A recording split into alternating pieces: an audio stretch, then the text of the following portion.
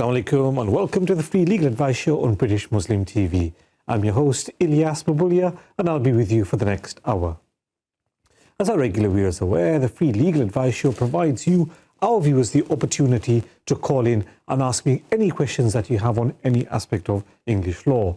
On this show, I'm able to cover a vast, diverse range of matters ranging from immigration law matters, family law matters, criminal law matters. So whatever your legal questions are, please do call in with your questions and I will try and assist you as best I can. Now, on this show, sometimes we get calls where I need to look at documents before I can advise you further. Sometimes callers call in with quite complex matters. Now, if it's the case that I do need to look at your documents or your matter is quite complex, then I will ask you to leave your number with the control room and then we can have a thorough discussion off air. And that's the service that we provide completely free of charge as part of the free legal advice show. Now, we get loads of questions on immigration law and that's fantastic. Please do continue to send those questions in. Two ways to get in touch. You can ring on the landline number which appears at the bottom of the screen, and as always, a very popular way of getting in touch is to send us your messages on that mobile number which is also there at the bottom of the screen. So text messages, WhatsApp messages on that mobile number, and live calls to the studio straight through to me on the landline number. Now, even before we've come on the show today, we've had a number of questions coming in on that mobile number, quite varied questions. So what I will do is start going through those questions. But as always, if you want to ring us, speak to us live, it's always good to hear from you. Please do pick up the phone and give us a ring on that landline number which is there. Okay, let's look at the first question that's come in from Sister Zahida Khan.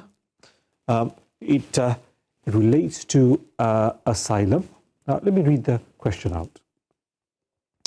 Our sister says, Assalamu alaikum, I wonder if you can be kind enough to let me know the general law about asylum seekers who have an ID card, and the ID card says he cannot work, so the asylum seeker can't work. He has been in the UK for about 6 weeks. When can he start to work? And what is the procedure? I've watched the TV programs a number of times and it's fantastic. Guidance would be appreciated. Okay, now, when somebody claims asylum in the United Kingdom, there is a restriction on their ability to work. And that restriction is as follows, that if the work that they intend to do is a shortage occupation post, and shortage occupation posts are defined in the immigration rules and are very narrow indeed. So if I give you an example, nurses, some doctors fall within the category of shortage occupation posts. So if the work that you want to do is listed as a shortage occupation, then you as an asylum seeker would be able to do that work, but it has to be shortage occupation work. So if you go to the immigration rules, if you look for the list of shortage occupations, it's in an appendix right at the bottom of where the immigration rules are. It'll tell you which work falls within the definition of shortage occupation. Very, very narrow indeed. So it's not very helpful at all. For the vast majority of asylum seekers, I would say 99% of asylum seekers, it is not possible to work in the United Kingdom by trying to fall within the shortage occupation post. Now, so that's the starting point. If after a year in the United Kingdom, your asylum claim hasn't been decided, you can write to the Home Office and request permission to work. The problem is the Home Office will not reply to your request for permission to work. It's very rare for that permission to be granted. In my experience, if your asylum claim has gone on for a number of years, you might stand a chance of getting permission to work. So general position is this, that when they initially make a claim for asylum, and what you've said in your question to us is the asylum application was made 6 weeks ago, the only post that the applicant can undertake is a shortage occupation post. Virtually impossible to fall within that definition. But if you want to have a look to see what a shortage occupation post is, there's a list of positions which fall within that definition. Go to the immigration rules. If you Google immigration rules, that'll bring you to the immigration rules. If you go down, there's an appendix there, appendix shortage occupation. Now, if it's a job that you intend to do which falls within that, then all well and good. But that's the basic position. Right, we've got a caller who's waiting for a while. Let's go to our first call of the day. Hello, Assalamu alaikum.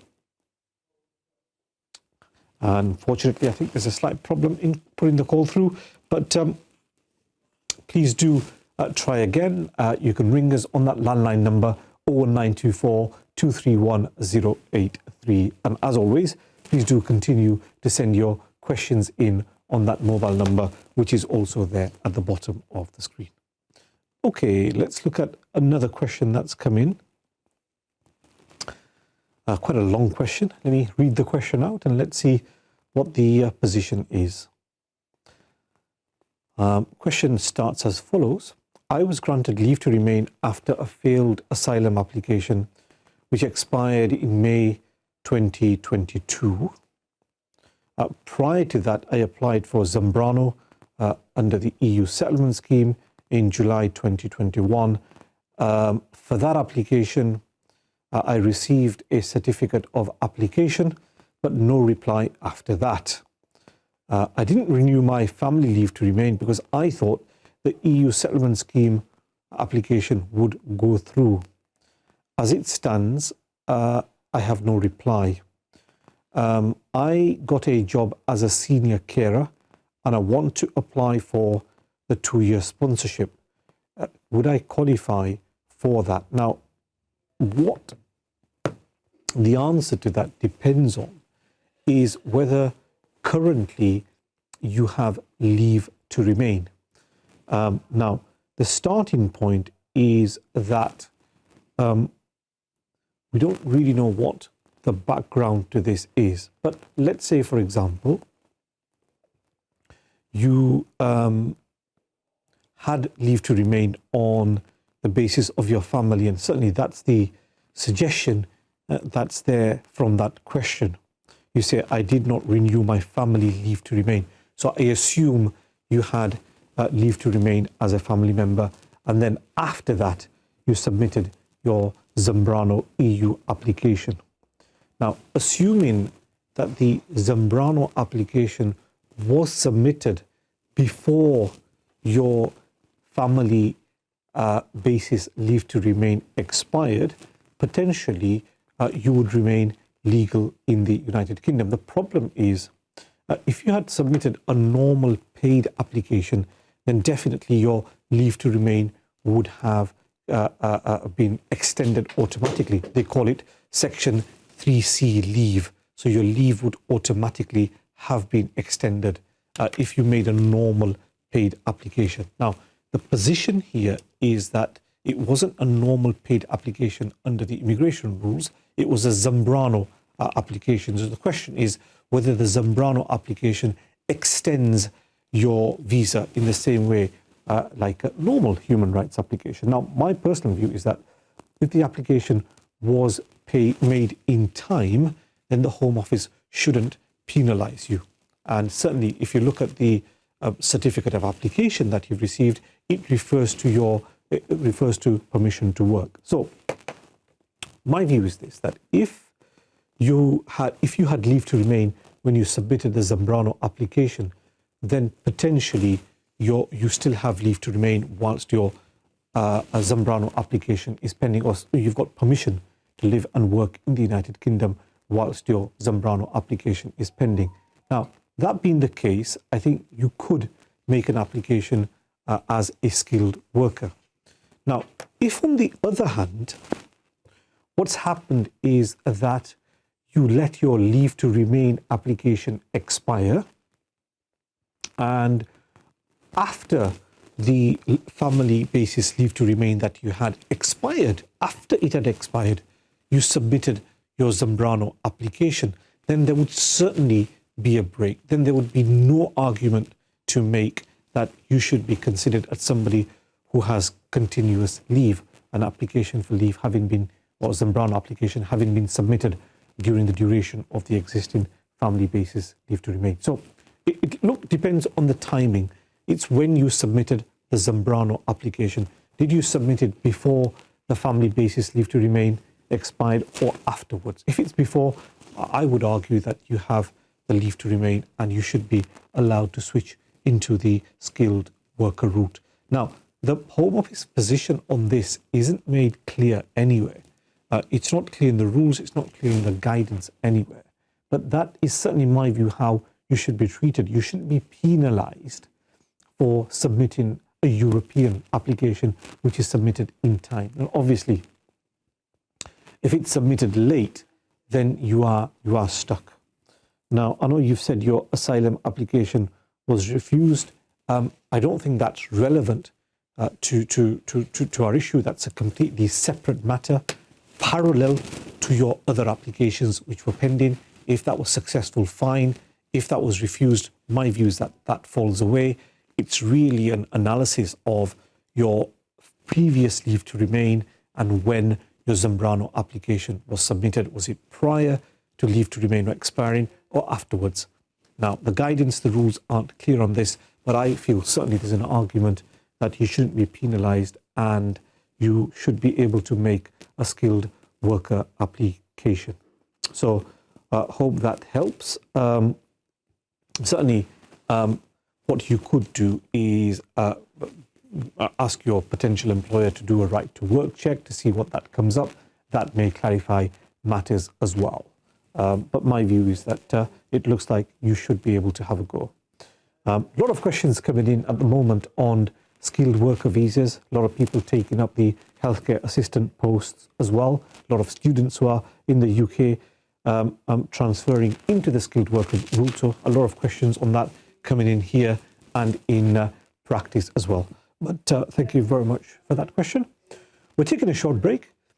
Inshallah, we'll be back in the next couple of minutes. Inshallah, see you then. Assalamu alaikum.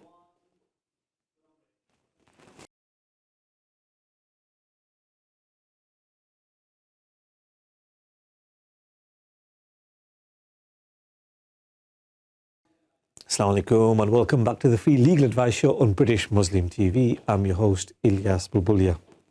To speak to me live on air, please ring on the landline number which appears at the bottom of the screen. As always, a popular way of getting in touch is to send us a message on the mobile number which also appears at the bottom of the screen. So landline number for live calls through to the studio and the mobile number there for messages that you can send through on WhatsApp. You can send through on text messages as well.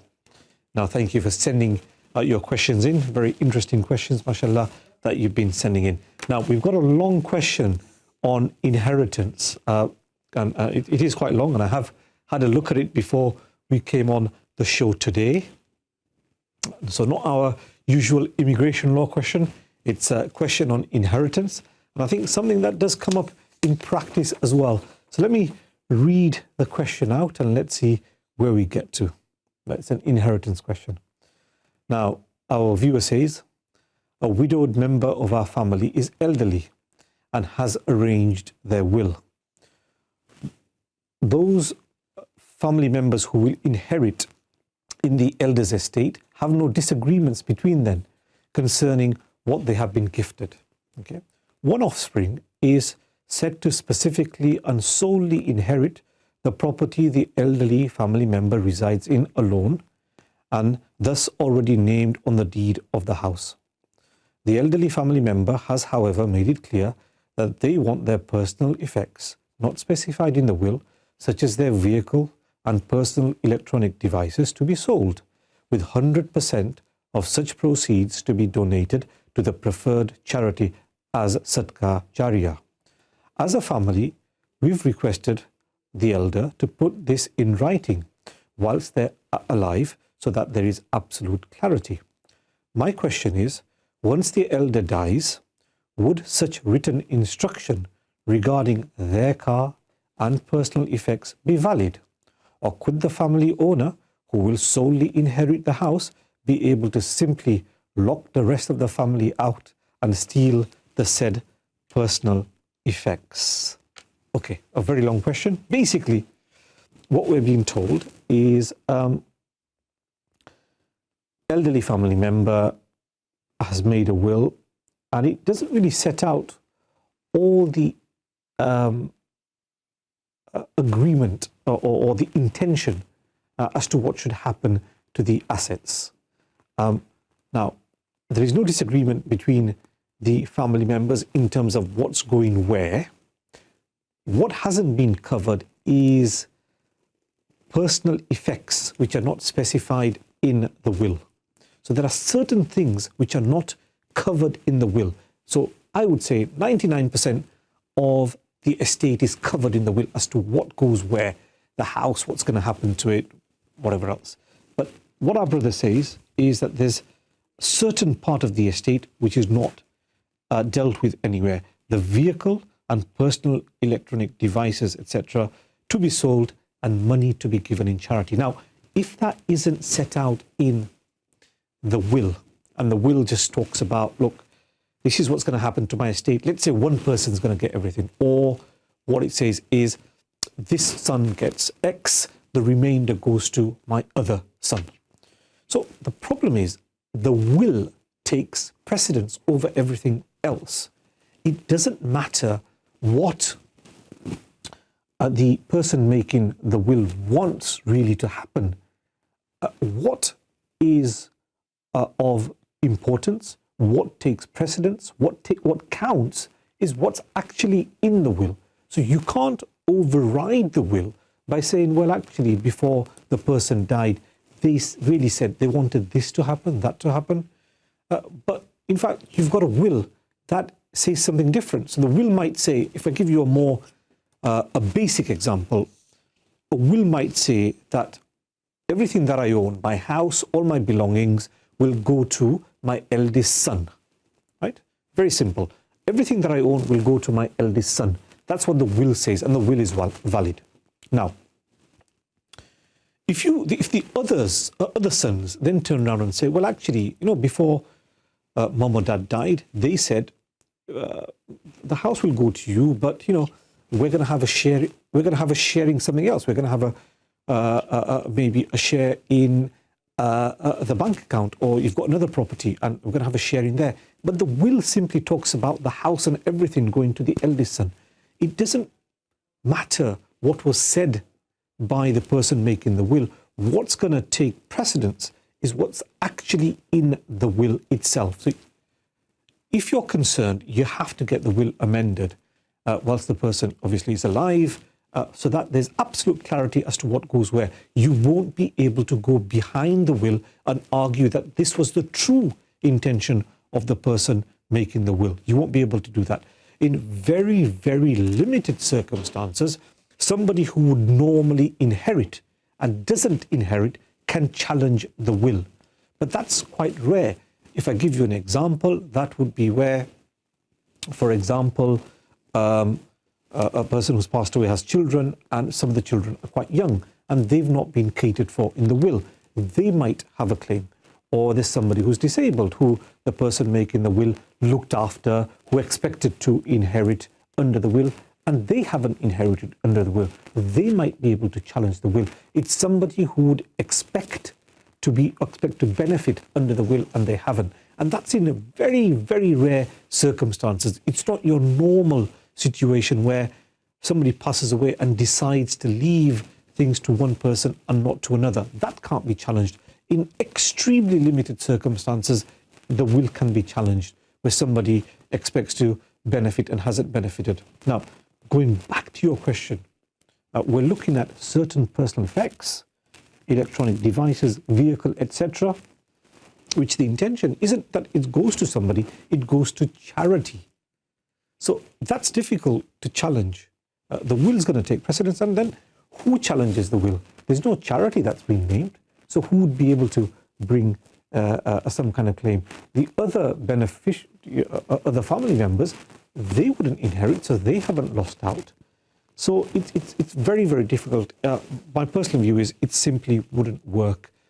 If the person who is then in control of these things, who inherits under the will, decides not to distribute according to the intentions of the person making the will, there's little or nothing that can be done to put that right. So vitally important that these things are put right, that these things are set out in a will properly whilst the person is alive. Otherwise, this is just storing up a problem for later on. My view always is, you know what, sit down between the family members, have absolute clarity and set it all out in a document so that there's no disagreements between family members later on. Otherwise, what tends to happen is that when somebody passes away, money, then assets, etc., ends up being the reason for disagreements between family members.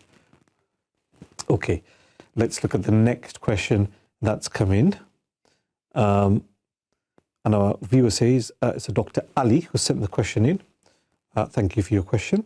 Assalamu alaikum. I'm a consultant physician in the NHS, naturalized UK citizen, nationality obtained in the UK in 1981.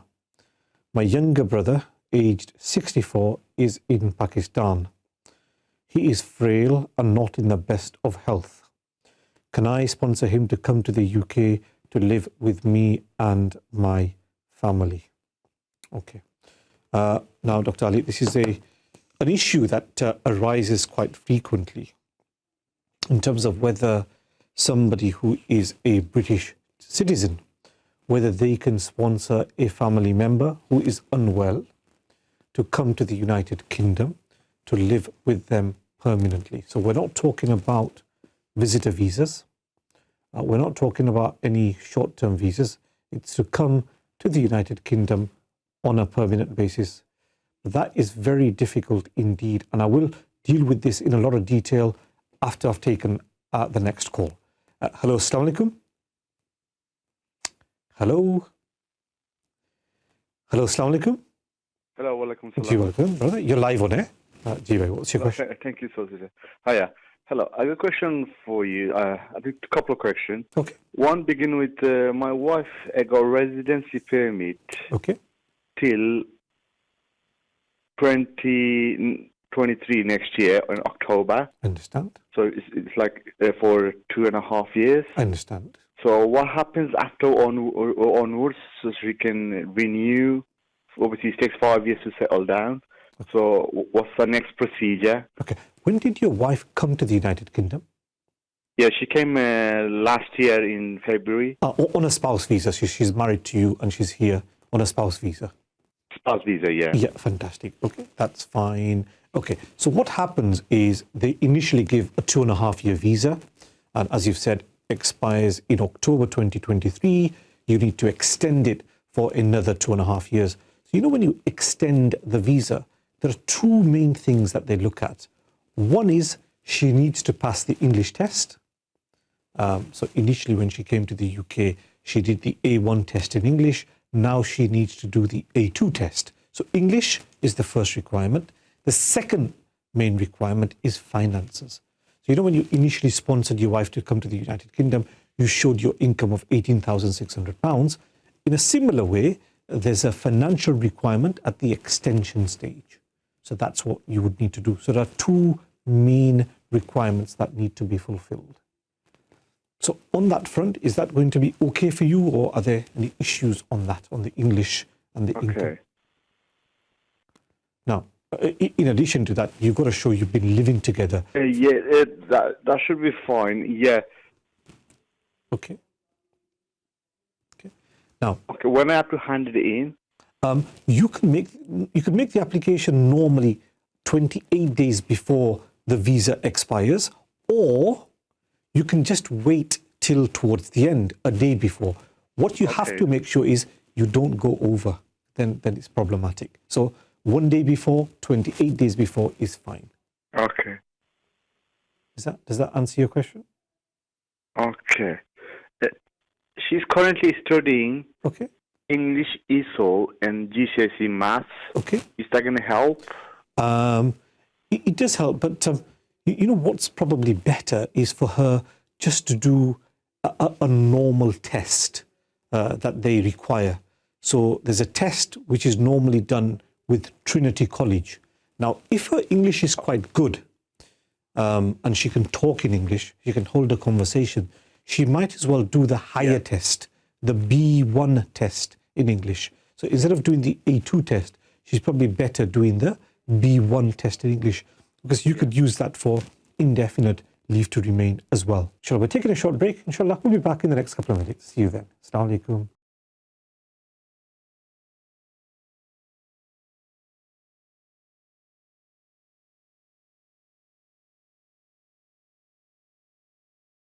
Assalamu alaikum and welcome back to the Free Legal Advice Show on British Muslim TV. I'm your host, Ilyas Bulbulia. To speak to me live on air, please ring on the landline number which appears at the bottom of the screen. And as always, to send us a message, a WhatsApp message, text message with your question, please send those to the mobile number which also appears at the bottom of the screen. Inshallah, we get numerous questions on WhatsApp, which is fantastic, but please do continue to send your questions in. As always, you can speak to us and speak to us live as well on that landline number which is there at the bottom of the screen. So that might be easier for her. If her English is good enough, she just does the B1 test, and she uses that for indefinite leave. Now, my view is, look, her visa doesn't expire until next year, so leave the English test till towards the end. She's got another year to improve her English.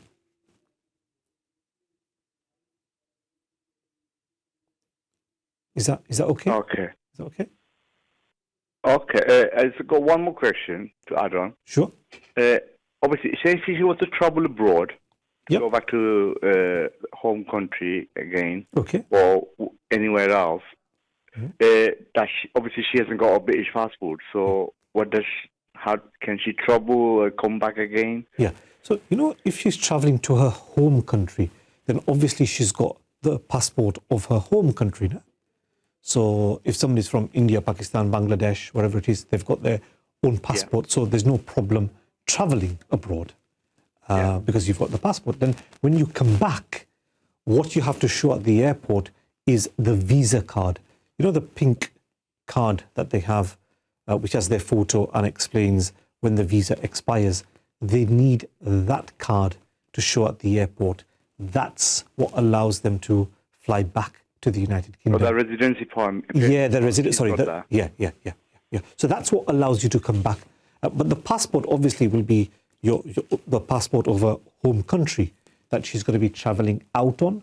But in terms of coming back, she'll need to show her passport and her residency permit, and that allows her to come back into the UK. There's no problem. That's all she needs. But traveling out to one's own country, you can travel. Okay, so there's no issue she's traveling abroad. No, the only issue that arises is, let's say, for example, you decide you want to go on holiday to Europe.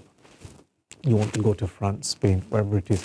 The only problem is because she doesn't have a British passport, she'd need to get a visa. But traveling back to your own home country is not a problem.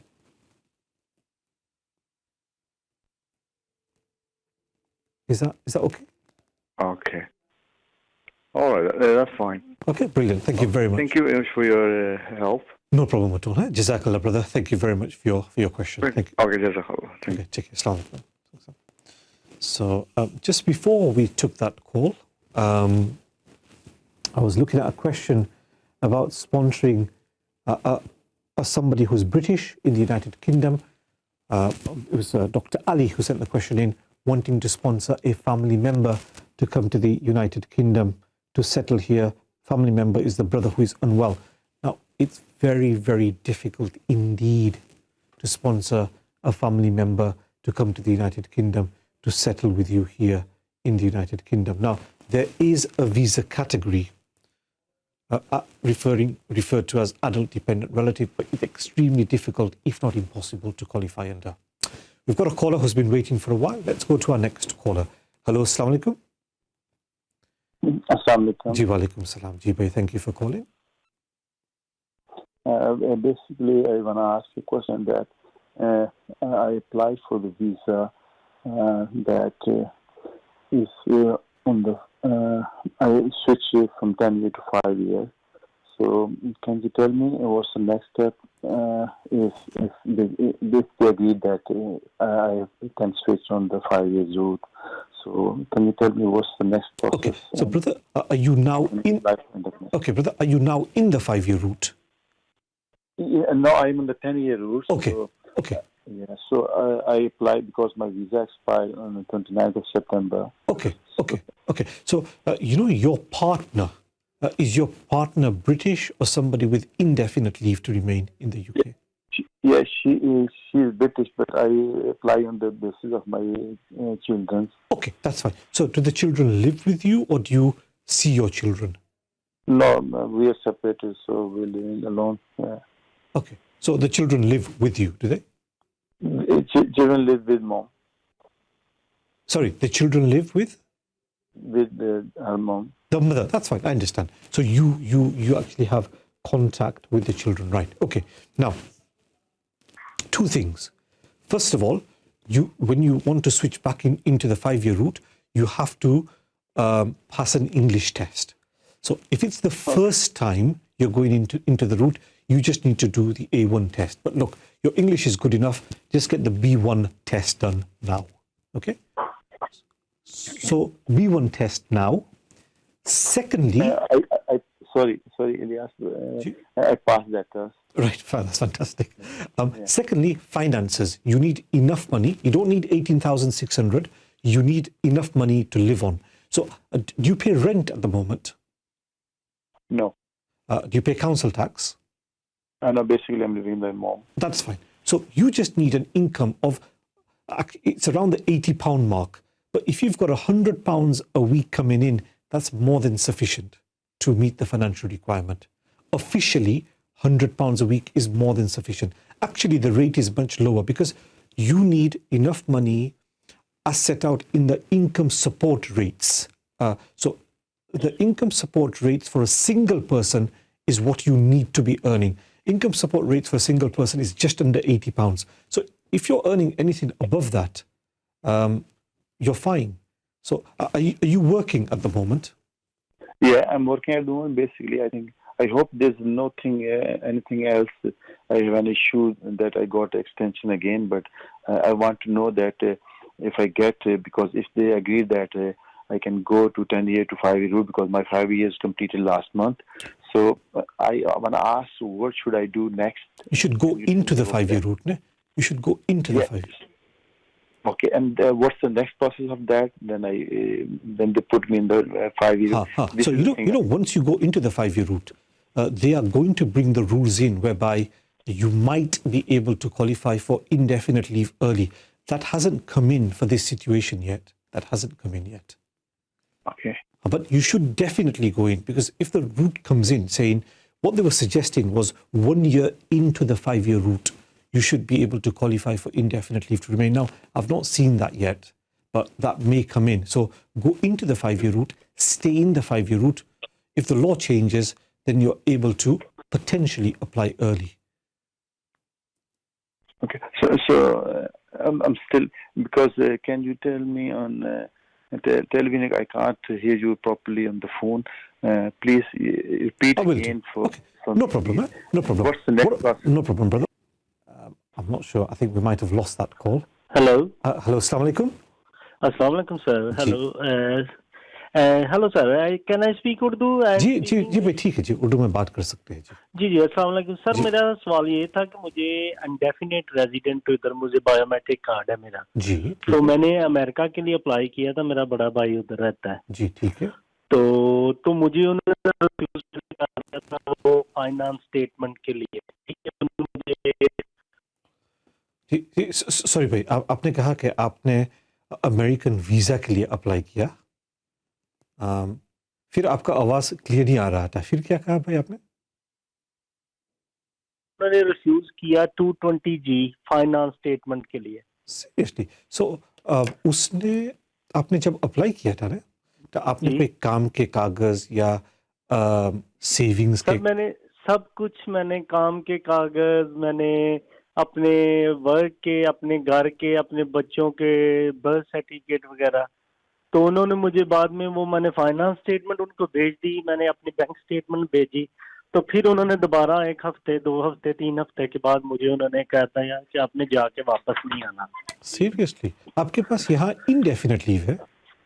Ji, indefinite biometric permanent है मेरे पास। मैं इधर لیکن میری غلطی ہے کہ مجھے 20 ایئر ہو گئے، میں نے پاسپورٹ نہیں بنوایا. رائٹ. تو آپ کے پاس جو انڈیفینٹ لیو ہے نا، جی جی تو اس کی کاپی تو آپ نے بھیجی ہوگی نا؟ جی میں نے وہ بھی دی تھی، لیکن اب میں دوبارہ اپلائی کرنا چاہتا ہوں، تو اب میں کیا کر سکتا ہوں؟ یہ تو بہت انیوژول ریفیوزل ہے. اگر آپ کے پاس یو کے کے انڈیفینٹ لیو ہے جی اور ان کا یہ خیال ہے کہ میں نے جا کے واپس نہیں آنا، میرے بچے ہیں، میرا گھر ہے ادھر، تو میں اب فائنل ذرا اچھی اسٹرانگ اسٹیٹمنٹ بنا کے کیسے جا سکتا ہوں؟ تو بہت انیوژل ہے. اس کے بعد تو آپ نے یہ سارے ڈاکیومنٹس بھیجے تھے، پراپر ایکسپلین سب کچھ کیا تھا؟ سر میں نے ان سے 3 منٹ، میں نے جب اس سے پہلے پوچھا نا، میں نے سارا، جب اس نے پوچھا کس لیے جانا ہے، تو سر میں نے ان کو بولا کہ میں نے بچوں کو اپنے ہالیڈے کے لے کے جانا ڈزنی لینڈ وغیرہ. تو 2 سال کورونا تھا، اس وجہ سے ہم جا نہیں سکے، تو اب جا رہے ہیں. تو پھر مجھے اس نے بولا کہ کام کرتے ہیں، میں نے اس کو کام کا ڈاکومنٹس دیا. وہ کہتے بچے ادھر باؤنڈ ہوئے، میں نے کہا یہ میرے برتھ سرٹیفکیٹ ہے ان کے. تو پھر انہوں نے میرا کام سب کچھ میں نے دے دیا. تو فائنانس میری اسٹیٹمنٹ، اس میں پیسے کم تھے تقریباً، پھر بھی 2000 تھا، کہتی 7 جانوں نے جانا ہے. تو اگر آپ مجھے اس ایڈریس پہ ای میل کر سکتے ہیں دوبارہ، تو میں نے وہ سر اپنی اسٹیٹمنٹ جو میں نے ای میل کر دی ان کو تو اچھے پیسے ڈال کے. جی آپ نے جب ای میل کیا تھا کتنے پیسے تھے بینک میں؟ سر اس وقت میرے خیال میں تقریباً 2000 پاؤنڈ تھا. لیکن بعد میں نے ان کا کہ ہم فیملی جا رہے ہیں، فیملی. سو فیملی میں آپ کتنے بندے جا رہے تھے؟ تقریباً 6 بندے. تو پھر میں نے پیسے زیادہ کر کے 3,500 کر کے میں نے ان کو بھیج دی تھی. تو پھر انہوں آپ کی کوئی فیملی ہے، آپ نے کیا کہا امریکہ میں؟ جی میرا بھائی ادھر ہے، بڑا بھائی. تو بھائی نے کچھ بھیجا تھا کہ وہ آپ اس کے ساتھ رہیں گے، ایسا کچھ بھیجا تھا ڈاکیومنٹ؟ نہیں، اس نے نہیں بھیجا. وہی میں آپ سے ایڈوائز چاہتا ہوں، اب میں نے دوبارہ اپلائی کرنا ہے، تو میں کیا گڈ ریزن کر سکتا ہوں؟ اصل میں اس میں پرابلم یہ مجھ کو لگتا ہے، اور آپ کے ڈاکیومنٹس میں نے دیکھے نہیں ہے، مگر پرابلم مجھ کو یہ لگتا ہے کہ اگر فیملی آف 6 ہے نا، اگر فیملی آف 6 ہے، امریکہ جا رہے ہیں، جی تو آپ کی جو سیونگس ہے نا 3000 پاؤنڈ، یہ تو یا تو 3,500 پاؤنڈ، یہ انف نہیں ہے نا. نف نہیں ہے. بیکاز آپ سوچو نا کہ فلائٹس کا کتنا کاسٹ ہے امریکہ کا. نہیں سر، وہ فلائٹ کی تو میں نے ٹکٹیں دے دی تھی، اور میرے پاس ایک کارڈ بھی تھا، وہ تو شو کر دی تھی ٹکٹیں میرے پاس، میں نے وہ بھی شو کر دی تھی. ہاں تو آپ نے بتایا تھا اس کو کہ آپ نے پروف دیا تھا کہ flights have been paid for? Sir میں نے ان کے پاس ٹکٹیں دی تھی، لیکن 3 منٹ کے انٹرویو میں نے اس کو سب کچھ دکھا دیا تھا. لیکن بعد میں انہوں نے کہا کہ آپ مجھے اپنی فائنانس، وہ میں نے بھیج دی، بعد میں انہوں نے مجھے ریفیوز کر کے بھیج دیا، آپ نے واپس نہیں آنا. اور آپ نے کیا کہا تھا کہ آپ کتنا ٹائم وہاں رہیں گے امریکہ میں؟ میں نے ان کو کہا تھا کہ صرف 2 ویکس کے لیے، بچوں کے بعد میں اسکول لگ جانے، بچی نے یونیورسٹی چلے جانا، میرے پاس اتنا ٹائم نہیں ہے کہ میں کر سکوں اتنا زیادہ. اصل میں وہ پیسے انف نہیں ہے نا. What I'll do is after our break I'll go through this. We're taking a short break. Inshallah we'll be back in the next couple of minutes. See you then. Assalamu alaikum.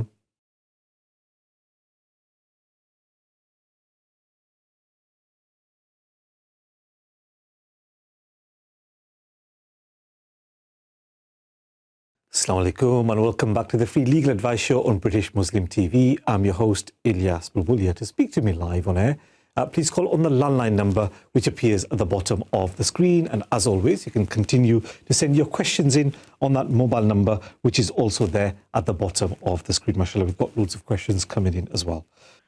So 14 days would only be £200 a day for 6 people. تو سر اس کے لیے میں اب apply کرنا چاہتا ہوں، تو اب کیا ریزن، 22 سے کوئی ڈاکومنٹس لے سکتا ہوں میں؟ I think یہ پرابلم کہاں سے آیا؟ یہ فائنانس سے پرابلم آیا ہے. That's right. Because 14-day trip, £200 a day ہے آپ کے پاس 6 people کے لیے. It wouldn't be enough. I think best کیا ہے کہ اگر آپ دوبارہ اپلائی کریں اور بھائی کی طرف سے بھی آپ ڈاکیومنٹس ڈالیں کہ میں یہاں ہوں اور میرا بردر ہے نا میرے ساتھ رہے گا، سو اس میں اس کو کوئی اکوموڈیشن کاسٹ نہیں ہے. تو آپ نے ایکسپلین کیا تھا کہ آپ بھائی کو ملیں گے؟ سر میں نے ان کو بولا، اس نے پوچھا کہ آپ کا بھائی کیا کرتا ہے، میں نے ان کو بولا کہ میرا بھائی ادھر ایک جاب کرتا ہے اور وہ گرین کارڈ ہولڈر، کہتے نیشنلٹی ہولڈر، میں نے کہا نہیں گرین کارڈ ہولڈر ہے. उसका भी सारा एक्सप्लेन उसका भी कुछ प्रूफ डालना था आपको. आई थिंक कि लोग ये है, मैं उसके साथ रहूँगा, और आपके जो सेविंग्स है ना वो भी थोड़ा सा ज़्यादा होता ना तो बेहतर होता. तो सर मेरा ये क्वेश्चन है कि अब मैंने अप्लाई करना है, तो अब मैं क्या कर सकता हूँ? भाई से कोई डॉक्यूमेंट्स मंगवा लूँ या क्या आई थिंक भाई से भी मंगवा लो. भाई के ग्रीन कार्ड का पोजीशन, जो उसके फैमिली है उसका पोजीशन, उसके पास कोई घर सर है. उनसे कौन सा डॉक्यूमेंट्स मंगा सकता हूँ? नॉर्मली है ना प्रूफ जो बेसिस पे रहते हैं ना, उसका प्रूफ अमेरिका में, उसके काम के डॉक्यूमेंट्स, उसके सेविंग्स के डॉक्यूमेंट और उसके घर के डॉक्यूमेंट्स, वो एक लेटर देगा कि आप उसके साथ रहेंगे, वो आपको बुला रहा है फॉर विजिट, आप उसके साथ रहेंगे. और यहाँ से है ना आपके बैंक स्टेटमेंट को थोड़े से स्ट्रॉन्गर करो. मे बी स्ट्रेट अप्लाई ना करो, let a few months go by, और डॉक्यूमेंट्स थोड़े से स्ट्रॉन्गर करो यहाँ से. तो सर वो उसमें घर का पेपर, हाँ, सो यहाँ का भी आपके भी passports, visa card, income, employment letter, wage slips, bank statements, kids अगर स्कूल में है तो उसका लेटर कि चिल्ड्रन स्कूल में है, उसका प्रूफ. अगर वाइफ काम कर रही है तो वाइफ का प्रूफ. तो नेक्स्ट टाइम जो अप्लाई करें ना तो थोड़ा से कंप्लीट फाइल बनाकर भेजो. तो वो चाहते हैं कि आप मुझे इधर शो करें कि आप इधर पक्के रहते हैं, आके इंग्लैंड में ही आएंगे वापस. तो वो प्रूफ ऑफ घर का प्रूफ, ओनरशिप, ये सारे डॉक्यूमेंट्स देने पड़ते हैं ना. आपके पासपोर्ट्स, ये BRP, pay slips, employers letter, bank statements, accommodation, school में चिल्ड्रन है उसका प्रूफ, ये सब बताना पड़ता है. सारे बच्चे के पासपोर्ट की कॉपी, वाइफ की पासपोर्ट की कॉपी प्रॉपर करना पड़ता है. तो जी भाई, सर so, जो भाई से वो उसके क्या कर सकते हैं, भाई क्या भेज सकते जी मैं कह रहा भाई का भी लेटर, प्रूफ, उसका passports, wage slips, bank statements, letter से इनके आप उसके साथ रहेंगे. सो ऐसा कुछ दोबारा करना पड़ेगा इंशाल्लाह. और इफ इट्स टू कॉम्प्लिकेटेड, यहाँ का लॉयर के थ्रू करो आप. भाई जज़ाकल्लाह, थैंक यू वेरी मच आपके कॉल के लिए. Thank you very much. जी जज़ाकल्लाह, thank you very much indeed. Thank you for that call. We've got another caller waiting. Let's go to that. Hello, assalamu alaikum. Hello. Hello, assalamu alaikum. Walaikum salam. Ji, thank you for calling. Ji, what's your question?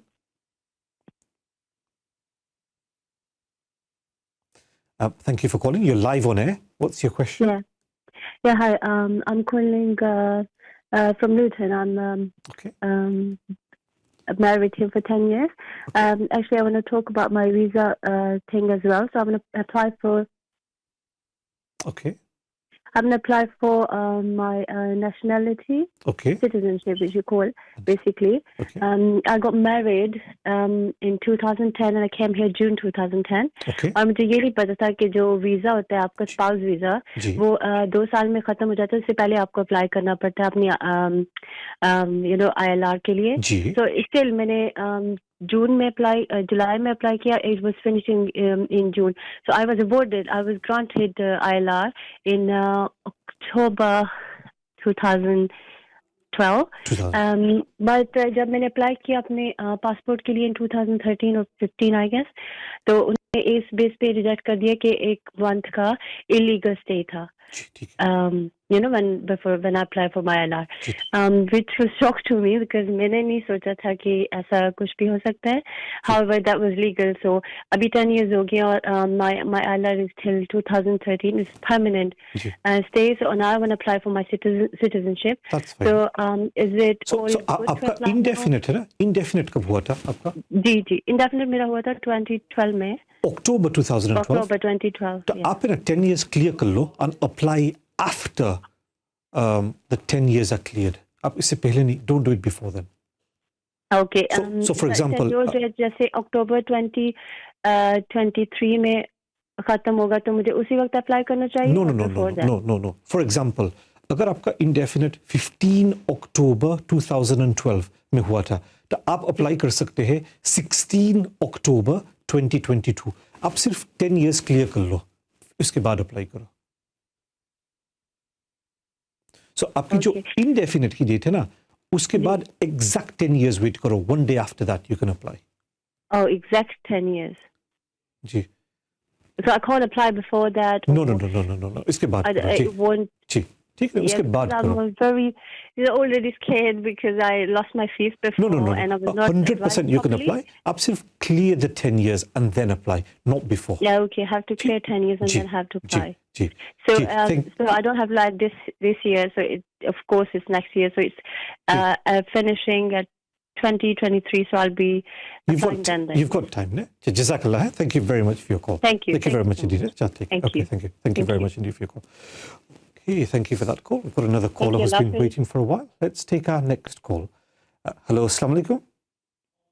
Oh, unfortunately, that call's dropped. But thank you very much for those calls. And we've got a number of messages that have come through which I've not been able to deal with so far. Let me go back to that question about the adult dependent relative. Dr. Ali, I do apologize. I did try and answer your question twice. This is my third attempt, where you want to sponsor your brother to come to the United Kingdom. He's unwell.